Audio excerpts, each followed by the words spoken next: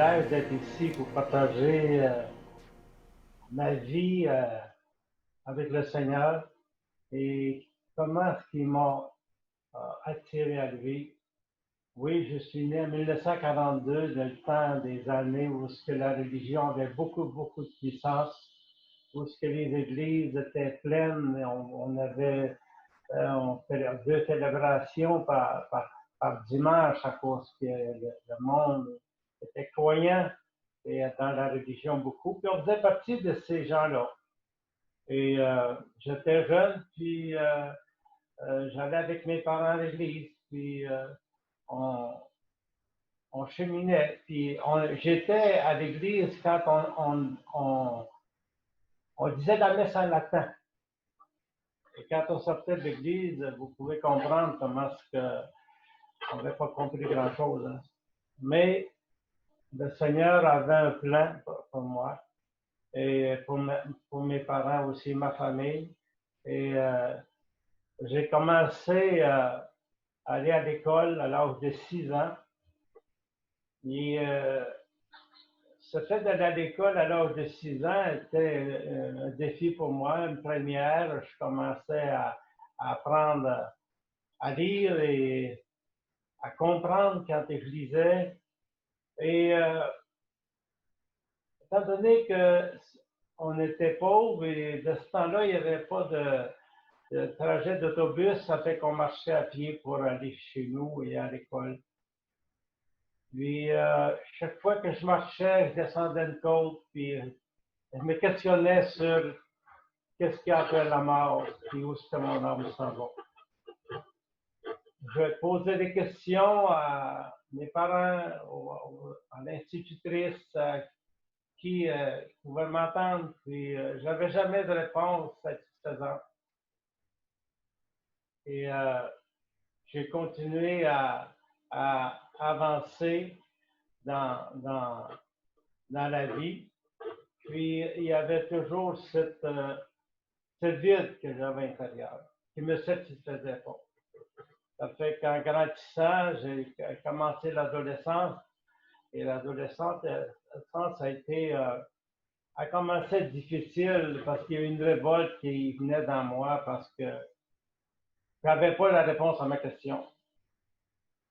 Je voulais savoir. Et le temps avance et ma révolte est là. Puis là, je commence à en vouloir à Dieu. Je savais qu'il existait, mais j'ai commencé à le blâmer pour tout ce qu'on vivait. Puis pour moi, c'était pas correct. Il manquait quelque chose. Mais Dieu avait un plan, mais je ne connaissais pas son plan. Là. Il y avait un plan, puis un jour, on va au cinéma, à l'âge de 16 ans, avec des amis, un dimanche soir, puis on va au cinéma, puis en venant du cinéma, on a eu un gros accident. Et moi, je me suis réveillé sur le lit d'hôpital, puis je me pose la question, qu'est-ce qui se passe, où est-ce que je suis, qu'est-ce que je fais là? Du temps de la période de ma révolte, la petite voix, elle n'entendait pas, elle n'entendait plus. Où est-ce que tu t'en vas après la mort? Mais là, sur mon lit d'hôpital, j'avais le temps de réfléchir et cette voix vient encore m'atteindre. Si tu serais mort dans cet accident, où est-ce que ton âme aurait été? Je savais que j'étais perdu. Je savais que j'étais perdu. Et j'étais sensible à entendre des choses face à Dieu, face à la vie après la mort. Et Dieu a permis, il a mis une personne sur ma route. Pour mes parents aussi, cette personne-là est venue rencontrer mes parents en premier. Et je l'écoutais parler, puis ça m'intéressait, mais ça me dérangeait parce qu'il n'était pas catholique, puis il y avait la Bible, puis la Bible de ce temps-là, c'était défendu de la lire.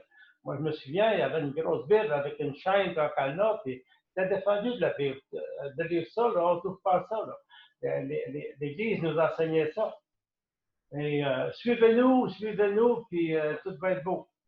Ça fait que c'est ce qui se passait. Fait que, on écoutait ce monsieur-là, on ne peut pas le nommer, mais son nom, c'est M. Hull. C'est le pasteur M. Hull qui a fait un travail gigantesque dans la Beauce. Et Dieu l'a envoyé ici malgré qu'il ne voulait pas. Il ne voulait pas venir à la Beauce et Dieu l'a emmené à la Beauce. Et un jour, on travaillait dans le champ, moi et mon frère, puis de ce temps-là, on n'avait pas l'équipement comme les tracteurs. On avait une ferme chez nous. Et on labourait avec les chevaux, moi et mon frère. Puis il part, puis il s'en vient nous trouver dans le champ, puis on dit qu'est-ce qu'il vient faire ici? Fait qu'il arrive, puis il nous dit jeune homme, j'ai déjà fait ce que vous faites. Passe-moi ça, j'ai déjà fait ça. On lui passe les cordeaux pour les chevaux, puis les guides. Puis il prend la charrue, puis ah ouais, ça marche. À un moment donné, il a arrêté, puis il s'est mis à nous parler. Puis M. Wood, c'était pas long qu'il nous emmenait ça sur notre âme. Est-ce que tu es sûr d'aller au ciel après la mort? J'ai dit non. Il dit, sais-tu où est-ce que tu vas après la mort? J'ai dit oui, je sais où je vais. Il dit où? Je m'en vais en enfer. Mais pourquoi tu vas aller en enfer? Ben, j'ai dit, écoute, personne ne m'a montré le chemin, personne n'est jamais venu me dire comment aller à Dieu. Il dit, c'est formidable, il dit, il y avait une Bible en main. Il dit, dans la Bible, il est dit, Jésus nous a tracé un chemin. Et c'est le chemin qui nous amène à Dieu, qui nous amène à lui, qui garantit la sécurité de notre âme. Et ces paroles-là ont été tellement bénissantes pour moi d'entendre ça, qu'il y avait de l'espoir, que je pouvais aller à Dieu. J'ai compris pourquoi que cette voix qui me parlait, c'était l'Esprit de Dieu, que Dieu dit avant la fondation du monde, qu'il avait mis dans notre pensée la pensée de l'éternité. Et c'était l'Esprit qui renouvelait cette pensée-là. Et quand j'ai entendu qu'il disait que la Bible était la vérité, était la parole de Dieu, j'ai cru. J'ai cru à la parole de Dieu. Et j'y crois encore. C'est merveilleux. Ça fait que j'ai cru, je lisais puis je croyais. Puis, c'était pas difficile de me convaincre que j'étais perdu, que j'étais conscient que j'étais perdu. On était dans une religion, on n'a jamais connu la drogue, jamais connu la vie de la boisson, jamais connu. On prenait une petite bière de temps en temps avec nos amis, mais c'était. De ce temps-là, on entendait parler de l'enfer beaucoup. On entendait parler de l'enfer, on entendait parler du ciel. Puis nous autres, dans notre temps, il y avait des photos qui te montraient Satan avec sa fourche puis du feu. Et pour moi, c'est quelque chose qui me dérangeait. C'est quelque chose qui me dérangeait. Je ne voulais pas aller dans cette direction-là. Et le moment où M. Hull m'a dit la parole de Dieu, c'est la vérité, et que j'ai commencé à lire, j'ai découvert vraiment un contraste énorme de la religion à la parole. Et mon père dit, si la Bible est vraie, la religion est fausse. Et c'est ce qu'on vivait. Et ce qu'on vivait était tellement intense que c'était tellement bon parce qu'on goûtait, on commençait à goûter quelque chose qu'on avait besoin. Et en ce temps-là, en 1958, j'ai commencé une nouvelle vie avec Dieu. Ma deuxième naissance a eu lieu en 1958. Et ça a été le plus beau cadeau que j'ai pu me faire, de dire au Seigneur, je reconnais que j'ai péché contre toi. Je reconnais que je suis perdu. Je t'invite à prendre place dans ma vie, Seigneur. Je te remercie d'avoir purifié mes péchés par ton sang. Et j'ai eu cette paix dans mon âme que j'étais pardonné par le Seigneur. Son sacrifice à la croix était pour moi, pas pour le monde. Je l'ai pris pour moi. C'est pour moi qu'il est mort. Et ça a été quelque chose d'intense. Et j'ai continué à m'approcher de Dieu parce que l'Esprit me parlait et il fallait rouvrir la parole de Dieu. On n'avait jamais connu ce livre-là, mais on découvrait tellement de choses dedans. On était poussé à lire la parole de Dieu. C'était vraiment beau et grand de pouvoir dire maintenant, j'ai l'assurance de mon salut. J'ai l'assurance que mes péchés ont été pardonnés. Puis, j'ai la paix dans l'âme. Et à partir de ce jour-là, il y avait un défi devant moi parce que on avait à vivre le rejet. Un rejet que, je ne sais pas si vous avez déjà vécu ça dans votre vie, vous vous sentez, on ne veut pas vous voir autour, on ne veut pas vous voir, on ne veut pas vous parler, on ne veut pas travailler avec vous autres, on vous veut pas.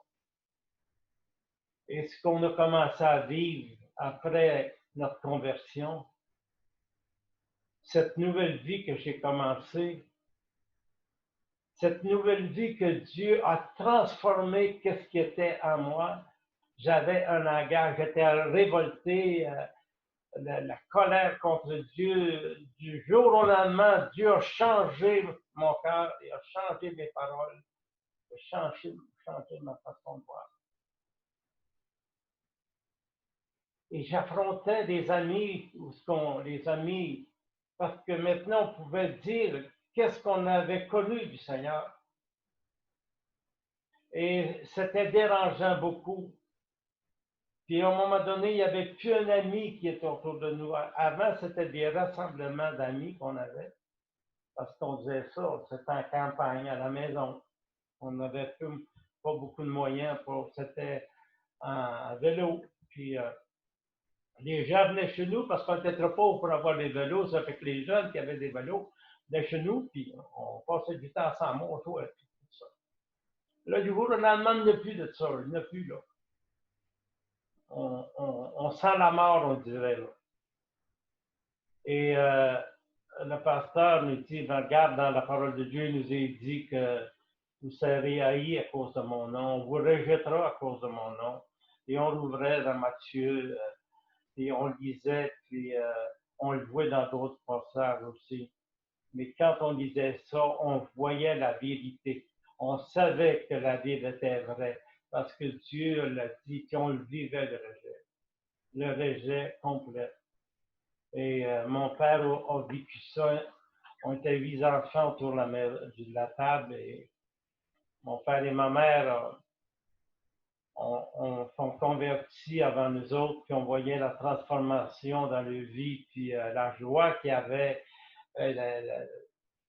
Puis on savait qu'il y avait de quoi qui s'avait passé, puis on était content de voir ça. Ça fait que on continue à avancer. Puis malgré le rejet, mon père, le patron que mon père travaillait pour lui, ça faisait une dizaine d'années, puis de ce temps-là, on travaillait en famille. Hein, ça fait que toute la famille travaillait pour soutenir la famille.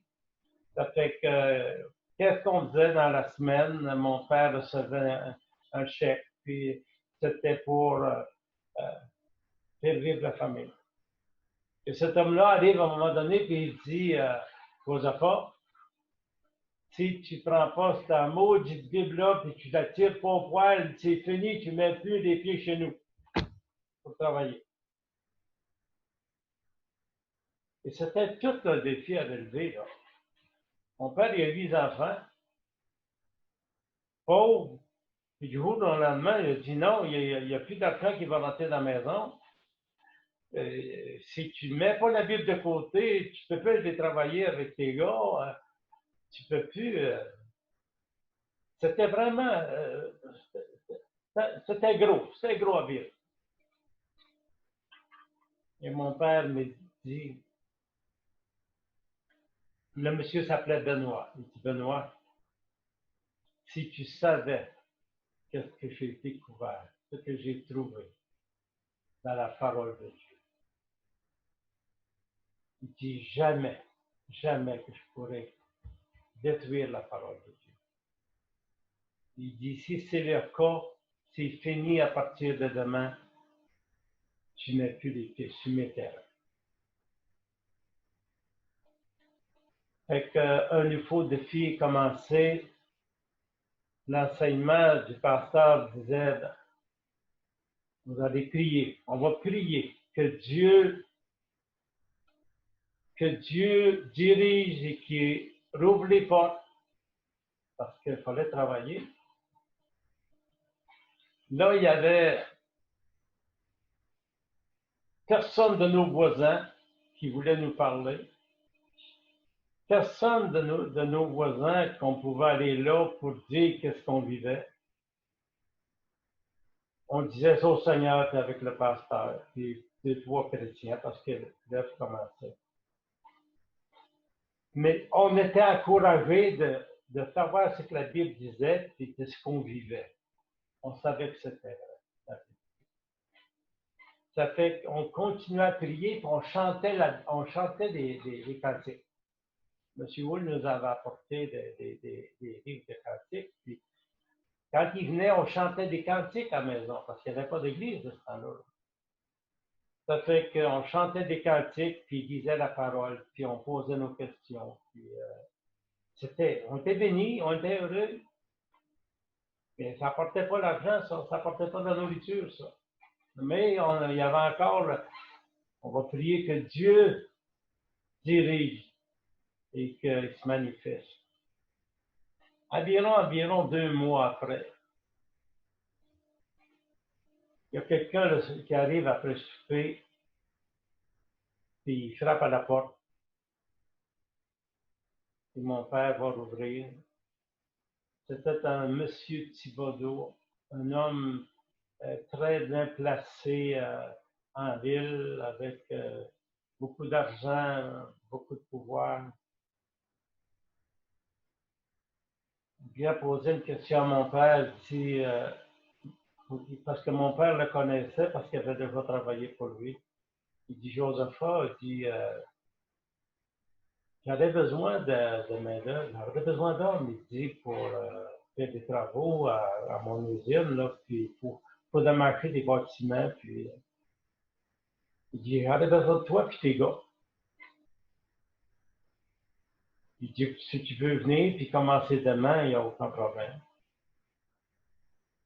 Ce qui se passait dans notre cœur, hein, c'était la gratitude, la joie. Et mon père dit oui. Et après qu'il est parti, on chantait, on sautait de joie. De voir que Dieu avait répondu à la prière. Dieu avait envoyé quelqu'un chez nous pour nous offrir du travail à mon père et aux garçons qui pouvaient travailler avec. Ça nous a grandi dans la foi, ça nous apportait beaucoup de joie. Et dans ma nouvelle vie que j'avais commencé avec le Seigneur, tout ce que je vivais, ces obstacles-là qu'il y avait sur notre route, elles faisaient prendre les racines de la foi. Les racines prenaient davantage de ma foi. Parce que je lisais, puis on vivait des choses qu'on disait. Et c'était merveilleux. En continuant, il y avait des défis à relever parce que là, de 17 ans, la plus vieille de mes sœurs n'est pas convertie, mais elle a quitté la maison parce que de ce temps-là, un enfant qui quittait la maison, c'était comme un scandale. Elle travaillait, puis elle emmenait son argent à la maison aussi pour aider à la famille. Puis là, le prêtre lui dit, je te permets de quitter chez vous parce que tes parents ont changé de religion, puis ça fait que oui, tu peux quitter. Puis, ça fait que là, elle avait honte de nous autres, elle avait honte de ce qu'on était, puis elle était frustrée, puis c'était dérangeant. Puis, elle arrivait à un moment donné en nous disant, là, ça va être beau, vous autres, là. Vous ne pourrez jamais avoir de blonde, vous ne pourrez jamais vous marier, puis ça finissait plus, puis ça venait m'agacer, moi, ça, là, à l'âge de 17 ans, on commence à regarder les filles un peu, hein. Et ça m'agaçait. Ça fait que je parlais de ça avec monsieur, le pasteur. Il dit, prie. Dis à Dieu qu'il te présente la femme qu'il a préparée pour toi. Dans Saint-Georges, il n'y a pas de chrétiens. On ne connaît pas de chrétiens à Québec. On a entendu parler de Sherbrooke pour l'Institut biblique à Bethel. On a commencé à fréquenter de temps en temps pour avoir la communion fraternelle. Ça fait que ce défi était toujours là. Et j'ai pris ça vraiment au sérieux. J'ai dit, Seigneur, présente-moi la femme que tu as pour moi.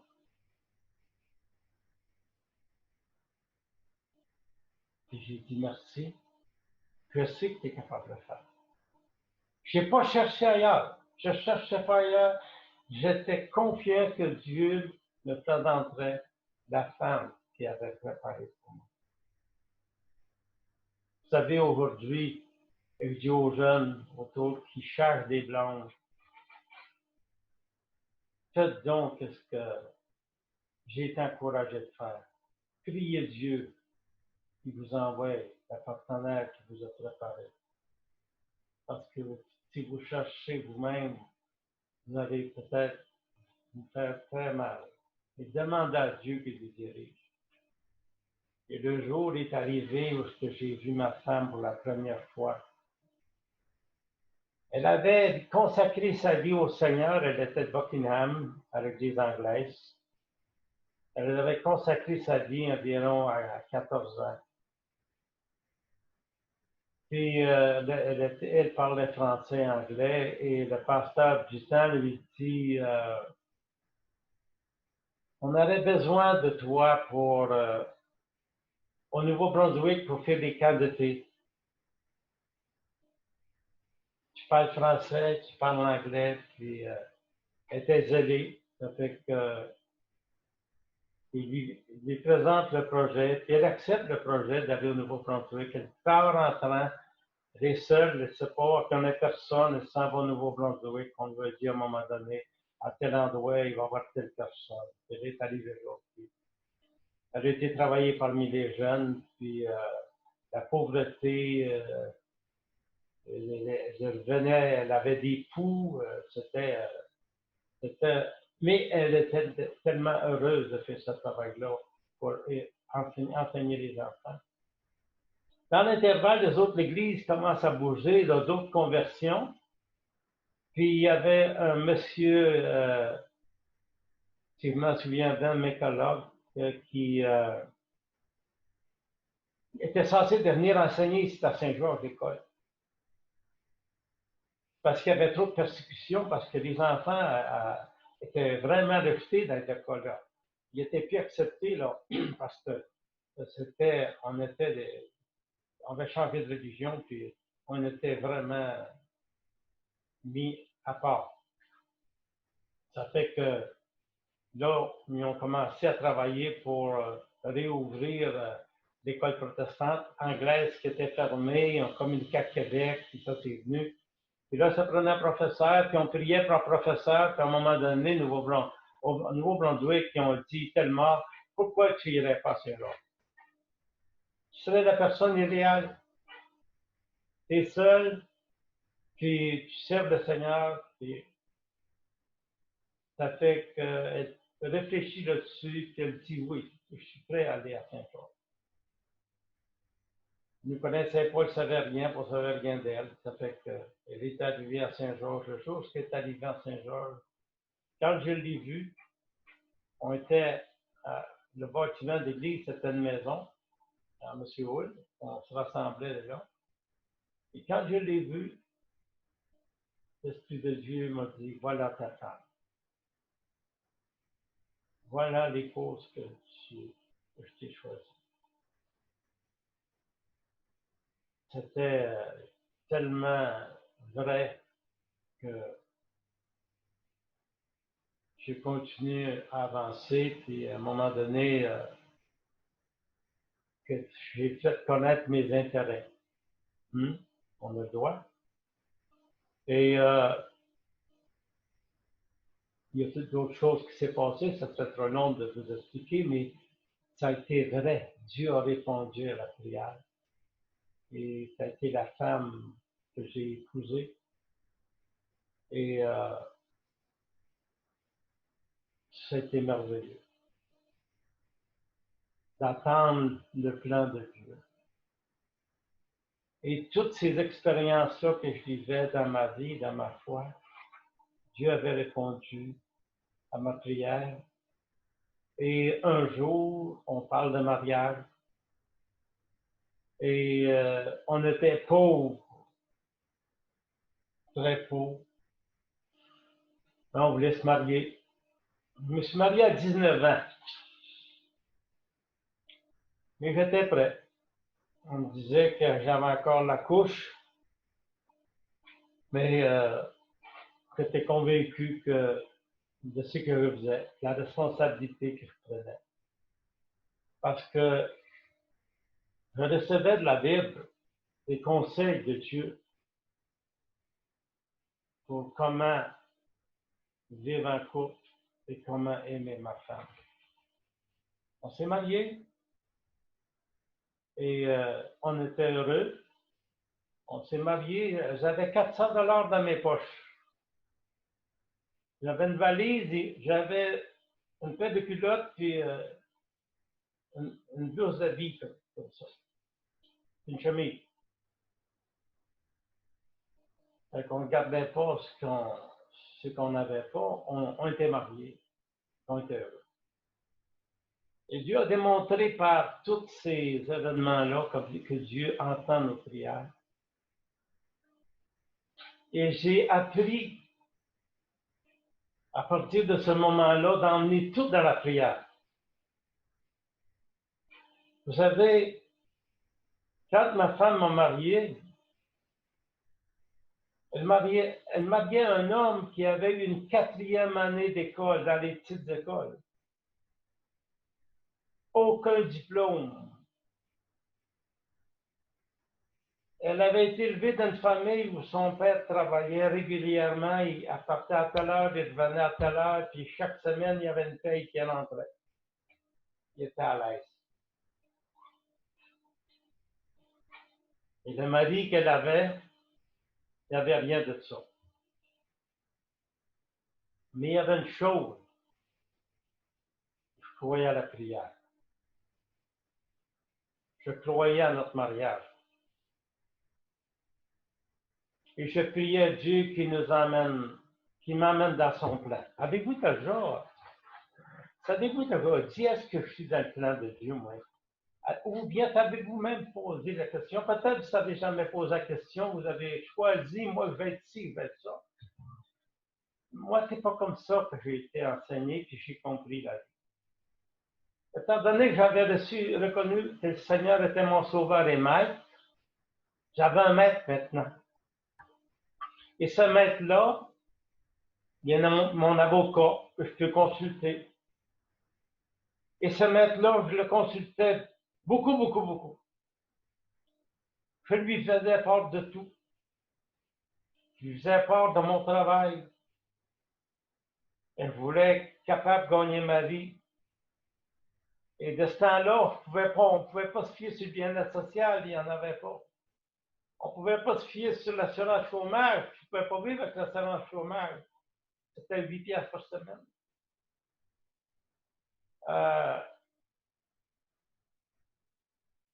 On n'avait rien, mais on avait la foi en Dieu. Et en priant, Dieu a ouvert une porte pour un travail de nuit. J'ai travaillé de nuit à une usine. Et là, je partageais la parole. Et je partageais la parole à qui voulait m'entendre. Et on m'a connu, puis on m'a placé dans un endroit où j'étais weaver, puis je travaillais sur un weaver qui faisait la laine fine. Moi, je ne connaissais pas ça, mais quand on m'a placé là, ben, les gars savaient ce que je vivrais. Hein. Ça fait que la laine fine, ça casse souvent. Il faut que tu arrêtes, il faut que tu ailles attacher ton bras parce que tu marches je ne me souviens plus comment on appelait ça, mais il fallait produire pour être capable d'avoir une paix. Ça fait que, je travaille fort. Mais j'étais content et je disais merci Seigneur. Merci, je travaille. Puis ma première paie que j'ai reçue, parce que on travaillait de nuit, a été de 35 $. On était content, on louait le Seigneur, j'avais 35 $ par semaine. Je travaillais de nuit, puis ça fait mais on témoignait du Seigneur, puis on était heureux. Et dans cette expérience-là, je demandais à Dieu encore, Seigneur, est-ce que tu veux que je sois là? Est-ce que quelle place que tu me veux? Mais tu sais que je vais être dans ton plan, là. Je ne cherche pas d'autre chose, je vais être dans ton plan. Si tu as d'autres choses, plus payant, puis de jour, et à un moment donné, oui, je trouve un emploi, et on travaillait sur les formes de ciment, on faisait les salaires. De ce temps-là, tout se faisait à la main. Puis, le groupe d'hommes qui travaillaient là, c'était le groupe de mes amis qui venaient chez nous, qui nous ont rejetés.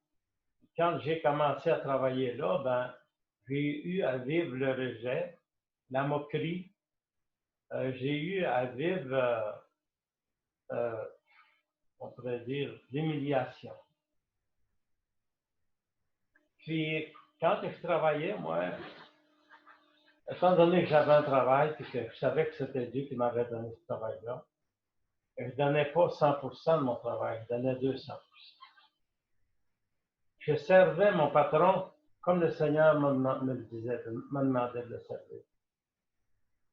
On ne regardait pas si la cantine est arrivée, là. On travaillait. Et on courait au travail. Malgré tous les obstacles qu'il y avait. À un moment donné, le patron vient me trouver. Il dit, Paul-Henri, j'ai beaucoup de difficultés à vivre, à voir qu'est-ce que les gars te font. Il dit, je vais te placer, tu vas aller déformer à l'extérieur. Tu ne travailleras pas en équipe, tu vas aller à l'extérieur seul pour déformer. Puis, ça va être moins difficile. Ça va être mieux pour moi et toi. Fait qu'il me donne un camion, puis je m'en allais déformer. Puis, quand je travaillais là, je travaillais comme pour le Seigneur. Et j'étais dans la joie, je chantais, j'étais heureux. Et quand j'avais fini, je faisais tout ce qu'il y avait, puis je ramenais ça, puis Il était surpris, il me disait, t'es déjà arrivé, as-tu fini? Je disais, oui, j'ai fini. C'était... Et là, je revenais travailler avec l'équipe quand il manquait de travail à l'extérieur. C'était encore la même histoire qui continuait. Puis un jour, il est arrivé, il m'a dit, Paul-Henri, ça me fait de la peine de dire que je vais dire aujourd'hui. Je ne peux plus te garder parce que je ne peux plus vivre avec la façon que les gars te traitent. Il dit, je t'aime, tu es un bon travaillant. Mais il dit, je ne peux plus. Ça fait qu'il dit, à partir d'aujourd'hui, c'est fini. Là, j'avais lu dans ma Bible, encore une fois, qu'est-ce qui était écrit, qu'est-ce qu'on avait à vivre si on avait la foi dans le Seigneur, si on s'était converti, si on était des lumières, si on annonçait l'Évangile, si on brillait l'Évangile. On avait l'opposition, la persécution. Et je me souviens, après qu'il m'avait laissé, j'avais une vieille auto. Et je m'en venais sur le boulevard Lacroix à Saint-Georges avec ma vieille auto. Puis là, je dis, Seigneur, j'ai dit, tu le dis dans ta parole, hein? C'est vrai. On vous rejettera. On voudra pas vous retrouver. On est en odeur de mort, la Bible dit. Et c'était ma consolation de dire, Seigneur, je suis content d'être persécuté à cause de ton nom. Parce qu'ils ont entendu qu'est-ce que Dieu a fait dans ma vie, puis ils ont vu, parce qu'on avait grandi ensemble. Et le temps de ma révolte, j'avais pas un bon langage. Du jour au lendemain, le Seigneur a changé mon langage. Et ces hommes voulaient entendre ce qu'ils entendaient dans le passé, et ils l'avaient su. J'ai compris que le mot maudit sort même pas de ma bouche. Parce que la parole m'enseigne de ne pas maudire. De ne pas prendre le nom de Dieu avant. De ne pas prendre le nom des dieux des incroyants en vain. Et j'étais heureux. Puis j'arrive chez nous, puis à ma femme, je l'ai pris dans mes bras, puis il dit, le Seigneur a fermé la porte. Le Seigneur nous visite. Parce que j'aimais mon emploi. Je gagnais 85 $ par semaine. J'avais parti de 35 $ puis j'avais monté à 85 $ par semaine. De ce temps-là, wow, c'était une belle paye. C'était vraiment bon. Ça fait que on prie ensemble, puis on a pleuré ensemble. On dit, Seigneur, tu as quelque chose d'autre.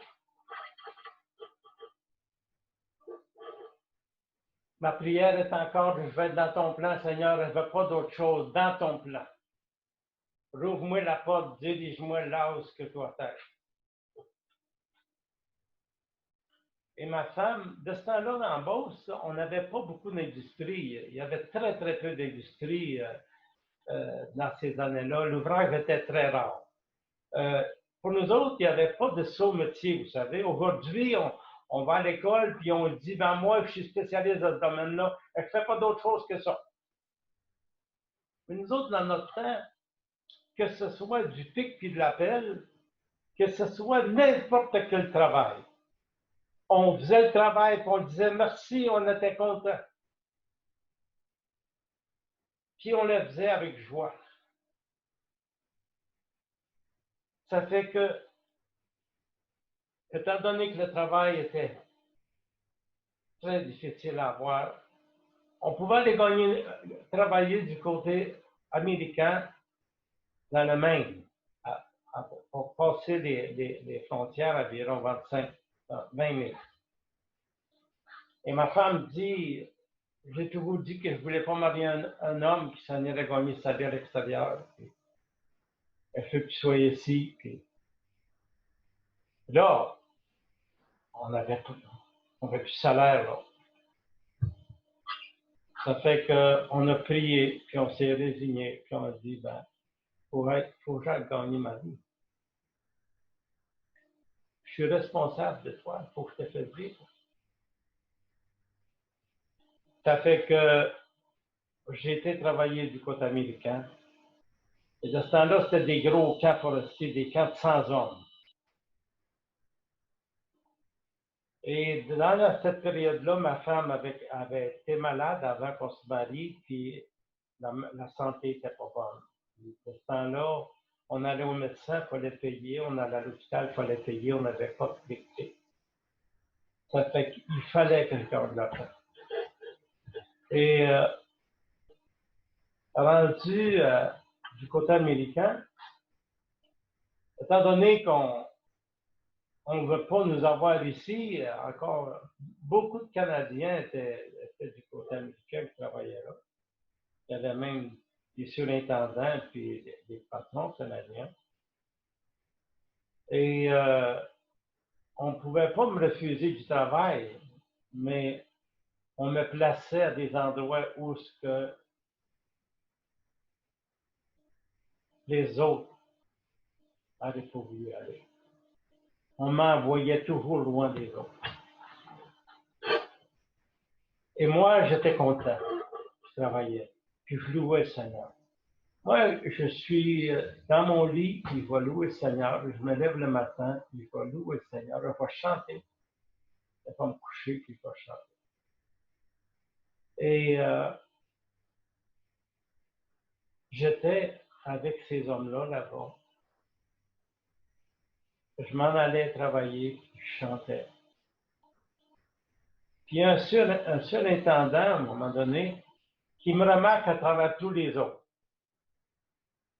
Je cours dans le camp, le même endroit où ce que lui couchait. Il voyait ma Bible en main.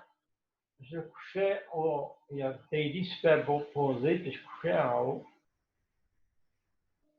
Puis lui couchait en bas. Puis il m'analysait beaucoup, beaucoup, beaucoup. Fait que quand il venait me voir, il se cachait. Moi, je ne savais pas. Il se cachait, puis il me regardait. Il me regardait faire. Puis il était dépassé. Fait que, après quelques semaines, l'homme, il vient me poser une question. Qu'est-ce qu'il y a dans ta vie, toi, que les autres n'ont pas? Que je te regarde à travers les autres et dis, qu'est-ce qui se passe? Qu'est-ce que t'es? J'avais le privilège de lui dire que je m'étais converti au Seigneur. Et la Bible dit, repentez-vous et convertissez-vous, sinon vous n'entrez pas dans le royaume de Dieu.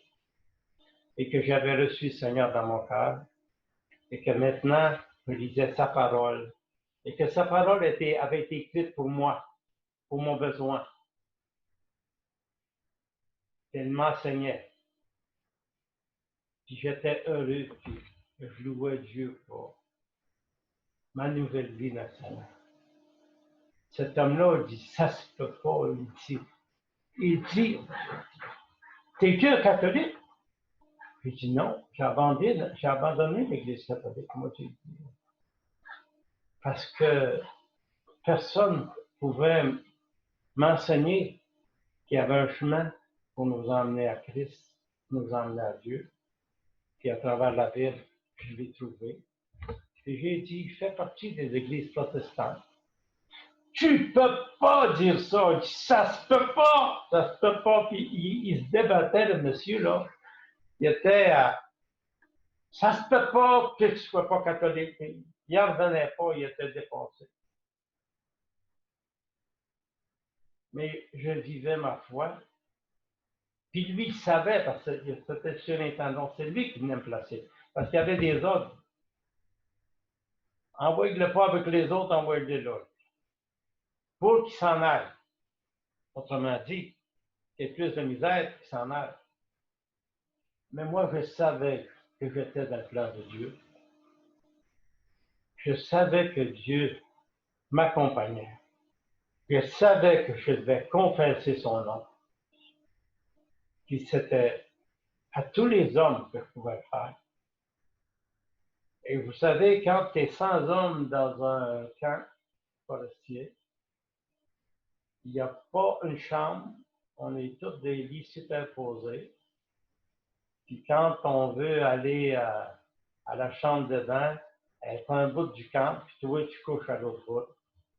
Puis tu t'en vas, puis tu entends toutes sortes de moqueries, toutes sortes de niaiseries à propos de ta foi, à propos de la vie. J'avais à vivre ça. Puis je disais, Seigneur, merci, parce que ces gens-là reconnaissent quelque chose qui s'est passé dans ma vie. Et j'ai vu ça dans la joie. Je savais que j'étais dans le camp de Dieu. C'est quelque chose qui m'a fait mal énormément. On avait fini le contrat. Tous les hommes étaient dans la cour du camp et on était en rond parce que le surintendant voulait nous parler. Il s'en vient, il rentre au centre du rond. Et là, il commence à dire aux gars, on remercie les gars d'avoir venu, on est content, on a fini notre contrat, puis il dit, je garde votre place pour au printemps prochain, aussitôt que ça commence, que les bases, que le dégel est parti, je garde votre place, puis il donnait la main au gars, puis il arrive à moi, il passe droite. Il m'ignore complètement. Et les gars voient tout ça, eux autres, là. Ils continuent à côté de moi donner la main. Là, j'ai senti en l'intérieur de mon âme une douleur, une tristesse. Mais encore là, j'ai dit, Seigneur, tu nous dis dans ta parole, qu'est-ce qu'on va avoir à dire? Si je sais que je suis dans le chemin, dans ton chemin, parce qu'on voit l'opposition arriver.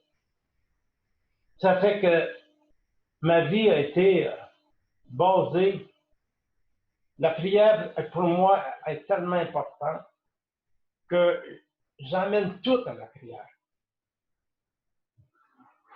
Et après cette expérience-là forestière, je suis encore dans la même prière. Seigneur, où me veux-tu? Que veux-tu que je fasse? J'ai pas de diplôme. J'ai une quatrième année, parce que tu vas avec une quatrième année d'études d'école. Le Seigneur va être dans ton plan. Va être dans ton plan. J'ai commencé à faire différentes choses, puis ma prière, Seigneur, va être dans ton plan. Et on avait de la misère, on était pauvres, la maladie était là. J'étais endetté à un moment donné avec l'hôpital et les médecins. Je regarde la liste compte à payer. Je dis, jamais je peux m'en sortir. Seigneur, il faut que tu fasses quelque chose. Parce qu'on n'avait pas de clic-clic ce temps-là, encore. Ça fait que je continue à prier, Seigneur, merci. J'ai venu à dire à un moment donné, Seigneur, c'est que je touche, on dirait que ça n'avance pas. J'ai regardé mes mains, j'ai dit, bénis mes mains, Seigneur, afin que je dise qu'est-ce que tu as fait pour moi. Puis ça a été long. Je pourrais dire 15 ans dans ma vie. Le Seigneur m'a assis sur ses bancs d'école pour me former. J'étais dans la joie, je témoignais l'Évangile, j'étais engagé dans mon église locale, j'étais, comme on dit, un rat d'église, j'aime l'église, je sers à l'église, puis j'annonce l'Évangile. J'ai l'amour des âmes parce qu'un jour, j'ai entendu un message d'un pasteur qui avait prêché chez nous après que la première église avait été construite à Saint-Georges. On l'avait construite par la foi. Chacun des membres de l'église travaillait à ça. Et C'était un homme qui prêche la parole puis qui pleure parce qu'il voit des hommes perdus. Il pleurait dans ma sœur, dans son hommes. Mais j'ai dit, qu'est-ce qui se passe? Moi, je ne pleure pas. J'ai pas ça dans ma vie, Seigneur. Qu'est-ce qui se passe? J'ai fait une prière. Il dit, Seigneur, donne-moi l'amour des hommes. Donne-moi l'amour des hommes. OK. Il n'y a pas eu de bing-bang qui s'est passé. Je n'ai pas entendu de voix. J'ai continué ma vie en servant le Seigneur. À un moment donné, je me rends compte de quelque chose que je n'avais pas au commencement. Quand je voyais une personne, l'Esprit me disait, c'est une âme. Elle a besoin d'évangile. Là, j'ai commencé à réaliser que Dieu avait répondu à ma prière. Que Dieu avait répondu à ma prière, puis que j'avais cette compassion-là vers les gens, que j'allais vers les gens. Puis je lui ai posé la question pour les gens. Oh, on s'est moqué de moi, on a ri de moi. Peu importe. J'avais lu dans la Bible, va et raconte ce que j'ai fait pour toi. Et je devais le faire. Puis je le fais encore aujourd'hui. Ça fait 61 ans. Je le fais encore aujourd'hui. Puis les gens sont encore touchés. Avec cet amour d'homme-là est ancré en moi. Et la misère, la pauvreté, la maladie nous suivent. Puis, j'ai dit à ma femme un jour, et ma femme a dit, avez-vous déjà, la ligne de téléphone a-t-il déjà été enlevée chez vous parce que votre téléphone, vous ne pouvez plus payer votre téléphone? Ça a-t-il déjà arrivé que vous avez été voir votre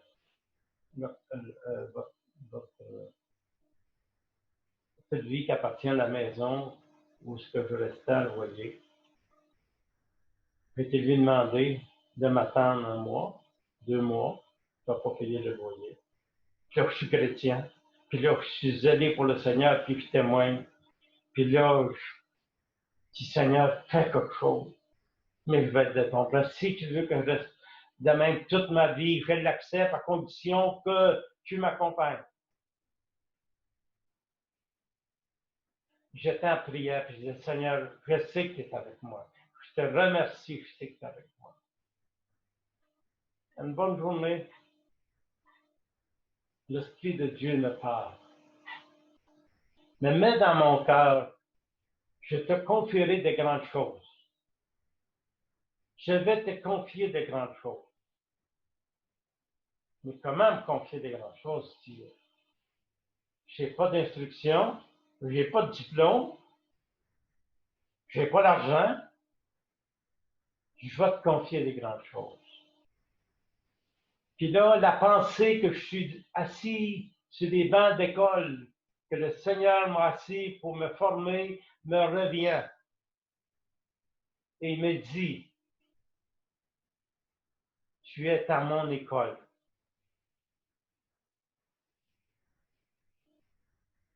Et je dis à ma femme, il faut que je te partage ce que l'Esprit m'a mis à cœur. Qu'on est à l'école du Seigneur, qui va nous confier de grandes choses.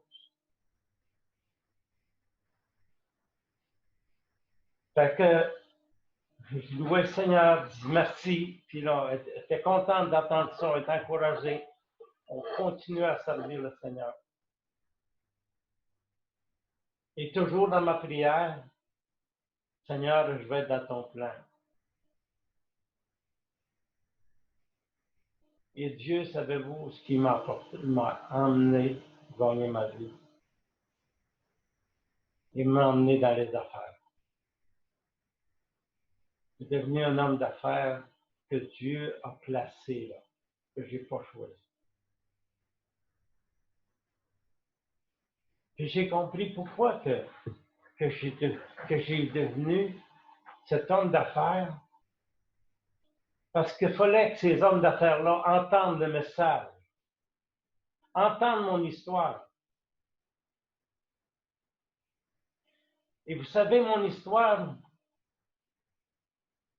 on en parle à n'importe qui, que ce soit mon gérant de banque, mes comptables, mon médecin, tous ceux-là, ces hommes d'affaires là, qui sont millionnaires, je parle de leurs âmes, je parle de leur conversion. Si vous saviez où est-ce que ça m'a apporté, comment est-ce que Dieu a ouvert les portes, parce que je confessais son nom à travers mon travail. J'ai devenu un acheteur de bois. J'achetais le bois américain pour le revendais ici au Québec à des Thierry. Quand le Seigneur m'a envoyé rencontrer le premier contracteur pour que je lui demande s'il me vendrait du bois,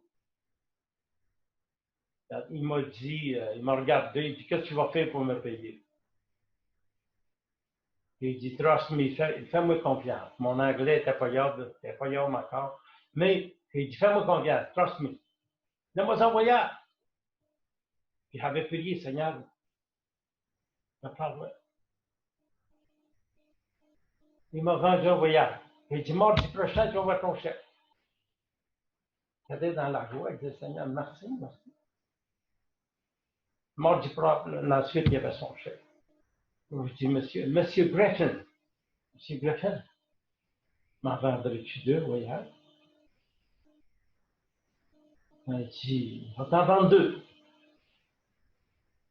J'arrêtais dans merci, Seigneur, deux voyages.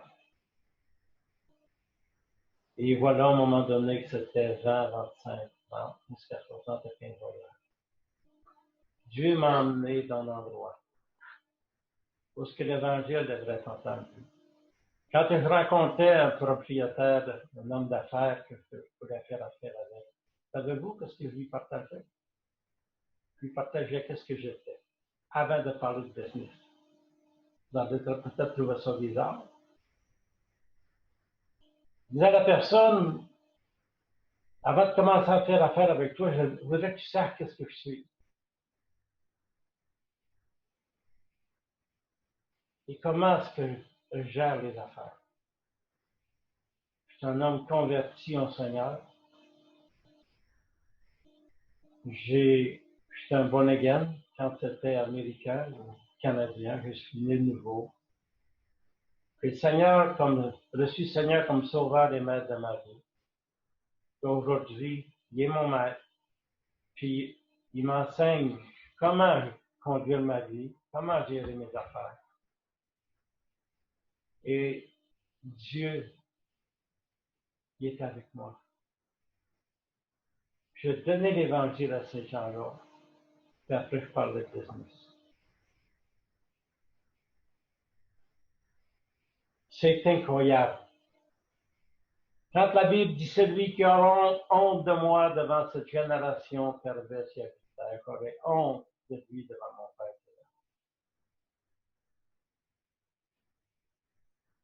J'ai vu des choses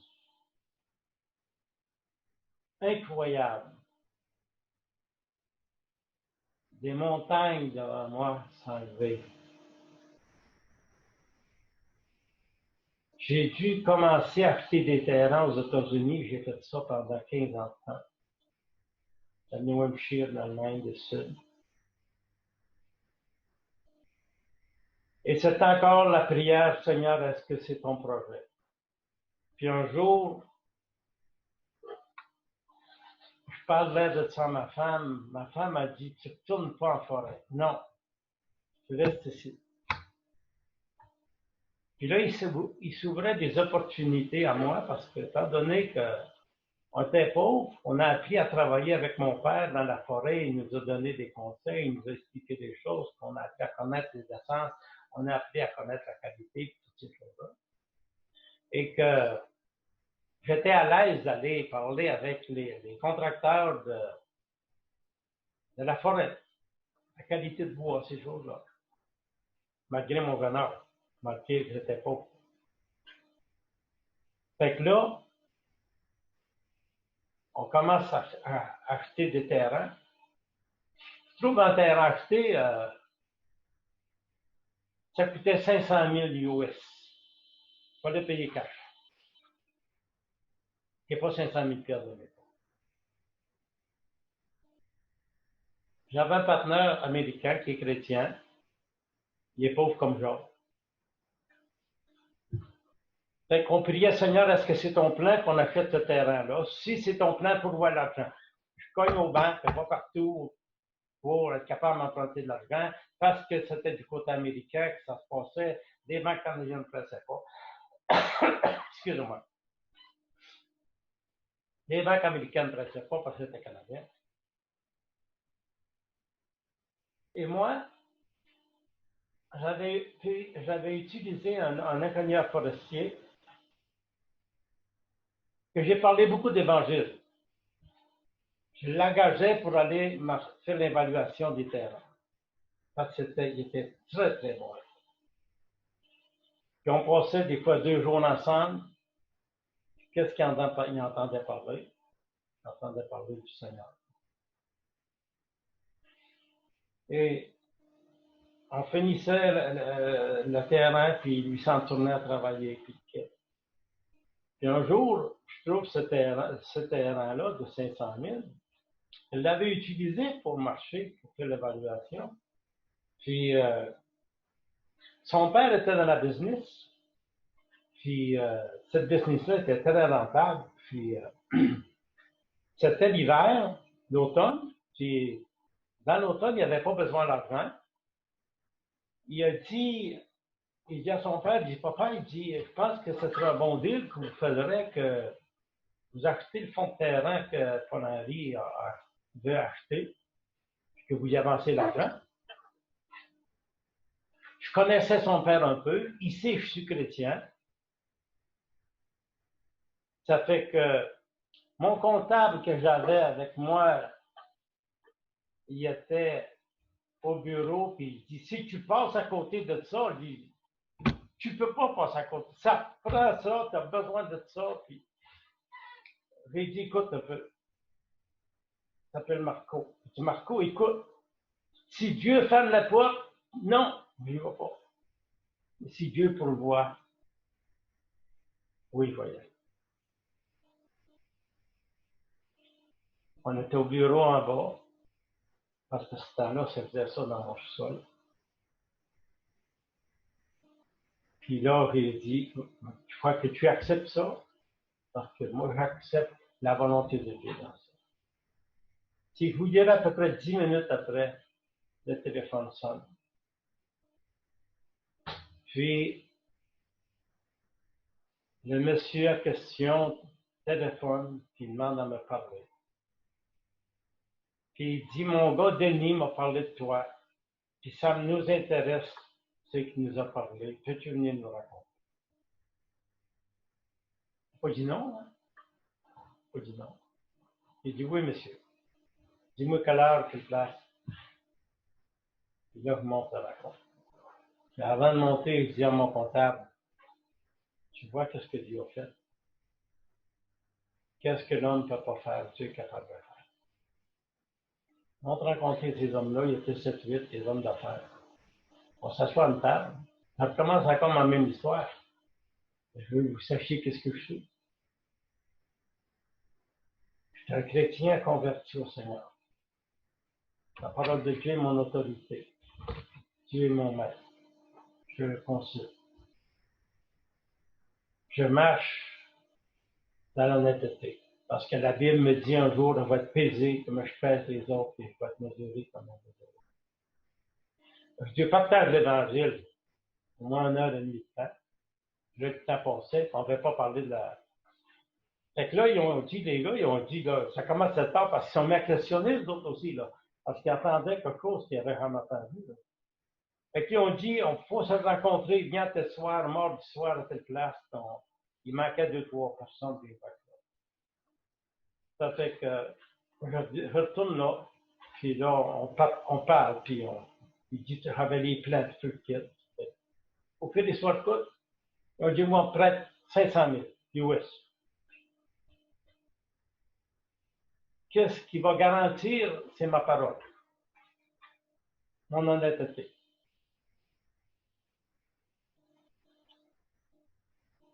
Il est sorti de là avec un chèque de 500 000 US. J'ai acheté le terrain. Et Dieu a béni ce projet-là, si vous savez. Et les gens qui travaillaient pour moi, c'était des gens qui travaillaient dur, puis avaient un langage non respectueux. Puis j'allais aviser les gars, change de langage. Dieu, là, ici, on l'honore, tu veux blasphème. Je ne peux pas t'entendre blasphème. J'allais trouver des gars où ils travaillaient. Quand je voyais les gars, non, sinon, va-t'en. J'étais très sévère du côté de la crainte de Dieu, le respect de Dieu. Et Dieu a béni. J'ai fait 15 ans dans ce domaine-là. Et là, on n'était pas aimés parce que les Américains en allaient acheter le terrain. Et comment est-ce que Dieu veut être honoré? Et qu'est-ce qu'il fait à retour? Comment est-ce qu'il bénit à retour? Peut-être dans New Hampshire, on achète des terrains. Puis, aussitôt qu'on achetait un terrain, on savait qu'on était Canadien. On commençait les opérations. Puis nous autres, notre politique, on prenait la politique forestière, on s'exigeait de la faire. Et quand les forestiers rentraient sur le chantier, la première chose qu'elle disait, savez-vous ce qu'elle faisait? Dieu disait qu'est-ce que je faisais. Dieu disait que j'étais un homme. Les autres, c'était des Américains, que j'étais Vonnegan. Que la parole de Dieu était mon autorité. Et que la parole de Dieu me dit d'être soumis aux autorités. Et que eux autres, en rentrant sur mon terrain, pour venir vérifier si le travail était conforme, j'étais soumis à eux autres. Que je honorerais tout ce qu'ils me demandaient. Maintenant, ils m'ont mis à l'épreuve. Il y a un prix à payer pour ces personnes-là. J'ai fait des pieds et des mains pour honorer le nom de Dieu parce que j'avais témoigné tout ce que j'ai. J'ai tellement de choses que je pourrais vous raconter. Et une fois sur un chantier, il y avait une femme qui était forestière. Elle dit, toi, tu vas avoir une infraction. La première infraction, c'était 10 000. Ça pouvait monter à 20 000, 50 000. J'ai dit, non, pas d'infraction. On va faire qu'est-ce qu'il y a à faire. On va prendre la défaut. Il avait témoigné. Il arrive à un moment donné, il y a un policier, puis 5 forestiers. Puis elle était parmi le groupe. Puis là, il y avait cédulé de rendez-vous. Puis là, j'ai dit à ma femme, il faut que tu viennes m'aider parce que j'ai pas assez d'anglais. Puis ma femme avait mal d'un genou, dans le bas du dos. Il fallait qu'elle marche avec moi à travers la forêt où on va couper le bois. Puis il l'aidait. Puis là, il s'arrêtait, puis là, il discutait sur un point. Et là, la madame voulait tellement me mettre prendre à défaut que les forestiers ils ont dit, écoute, nous autres, on est forestiers, on est responsables des chantiers, on ne fait pas ce que cet homme-là a fait. Il n'y aura pas d'amende. Là, il y avait 4 forestiers contre elle. Elle était vraiment mécontente. Vraiment mécontente. Savez-vous où ça nous a emmenés? Ça nous a emmenés dans les bureaux des forestiers que la compagnie YPC, contracteur forestier, était une compagnie très respectueuse envers les forestiers et envers le travail qu'on avait à faire. Et quand il y avait un téléphone, c'est un forestier qui nous l'a compté. Quand il y avait un téléphone qui disait que YPC était un chantier, qu'il y avait des plaintes, il dit on savait que quand on venait ici, on n'avait pas à se casser la tête, on connaissait votre travail. Vous êtes dans les premières pages dans la liste de nos contacteurs. Le première liste. C'est que tout ça me bénissait de continuer à m'identifier. Et parfois, c'est facile de suivre le Seigneur, puis on ne dit pas un mot. On ne veut pas qu'il sache. On ne veut pas qu'il. Allez, on ne va pas déranger, on ne va pas dire le nom du Seigneur. Mais moi, c'était le contraire. Je vis un autre projet un peu semblable à ça. Ça coûtait 2 millions. Et ça prenait de l'argent. On va acheter le projet en deux temps. Et un homme m'a dit un jour, si tu as besoin, si tu achètes un projet, là, puis tu as du beau pain blanc, là, et lui, il refait ça, il dit, moi, je vais tout acheter. Il dit, si tu as besoin, puis on va voir. Mais ce gars-là, j'ai donné l'évangile. J'ai donné l'évangile. À un moment donné, je cogne à sa porte, j'ai dit, j'ai un projet, veux-tu venir le voir, il est très intéressant. Je viens le voir. Puis, il dit, oui, je suis intéressé au projet, mais il y a une chose que j'avais vécue. Moi, rendre grâce à Dieu, c'est très important pour moi. J'avais dit à Dieu que là où je serais, que je rendrais grâce quand je prendrais ma nourriture, que je remercierais Dieu. Mais là, on était une table ronde, il y avait des ingénieurs, il y avait le gars qui voulait acheter le bois avec sa femme, il y avait d'autres personnes, on était 7-8 autour de la table. Là, on commande notre assiette, puis là, il y a une petite voix qui dit, hey, tu ne feras pas les grâces ici aujourd'hui, là. Je ne fais pas les grâces, regarde. Là, mon assiette arrive, les gens avaient commencé à manger. J'ai dit non, Seigneur. J'ai dit que je rendrais grâce.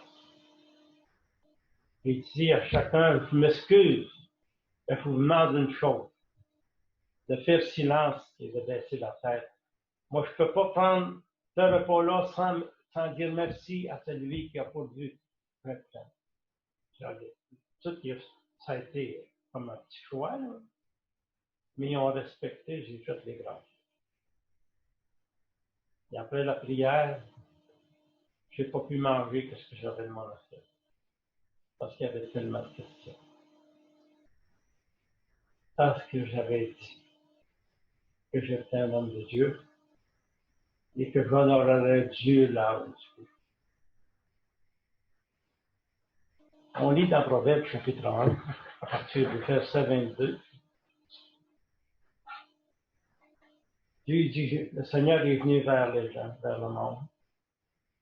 Il dit, j'ai tendu mes mains vers vous tous les jours. Et vous m'avez ignoré. J'ai pourvu à votre nourriture. J'ai pourvu. Je me souviens plus de tous les mots, là. Mais j'ai pris soin de vous autres.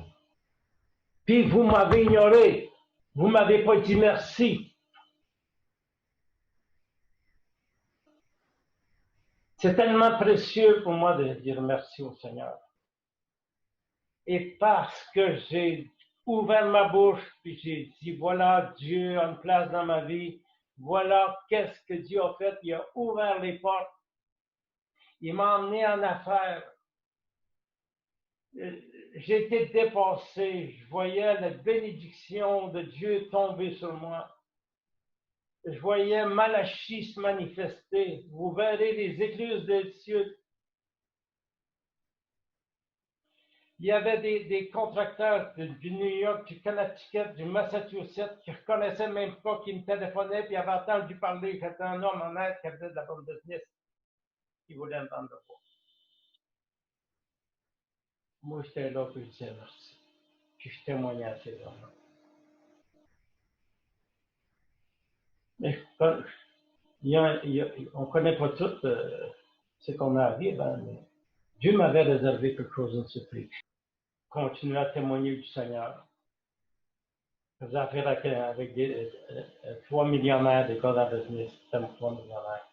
Ils me demandent de lui vendre beaucoup de bois, je vends beaucoup de bois. Je livre le bois. Et il avait toujours payé venir à date. Le premier chèque que je reçois, c'est 38 000 $. Puis moi, je pars pour aller me reposer avec ma femme et dire à mon fils, tu iras pour déposer le chèque. Il va déposer le chèque passe pas. Le deuxième chèque, c'était censé être 150 000, puis le troisième chèque était censé être complété, c'était 300 000 $. Je reçois une nouvelle qui est en faillite. Puis moi, j'ai témoigné à tout ce beau monde-là. Là. J'ai dit que c'était un chrétien, un homme de Dieu, un homme honnête, un homme qui va payer à dernière scène ce qui est dû. Maintenant, le Seigneur me demandait de manifester. Pour finir, moi et ma femme, on s'est assis dans le lit, un petit bonhomme. On fait un culte ensemble. Puis on lit le roman. Ne devez rien à personne si ce n'est de vous aimer les uns les autres. On a compris. On dit, Seigneur, on s'engage à payer tout ce qu'on doit. Mais manifeste-toi. Amen. Et on s'est engagé. Il y avait des montagnes énormes. Et tout le monde disait, ils vont faire faillite, ils vont faire faillite. Les gars d'affaires disaient, ils vont faire faillite. Mais Dieu avait un plan. Dieu s'est manifesté, m'a ouvert les portes. J'ai payé tout mon monde. Et aujourd'hui, je suis dans la joie d'être un homme d'affaires avec le Seigneur. Je travaille avec le Seigneur. Il n'y a pas tous mes contrats, toutes mes décisions, mes achats. On est en train d'acheter une grosse machinerie. Là. On dit, Seigneur, est-ce que c'est ton plan? Est-ce que tu veux ça? Montre-nous.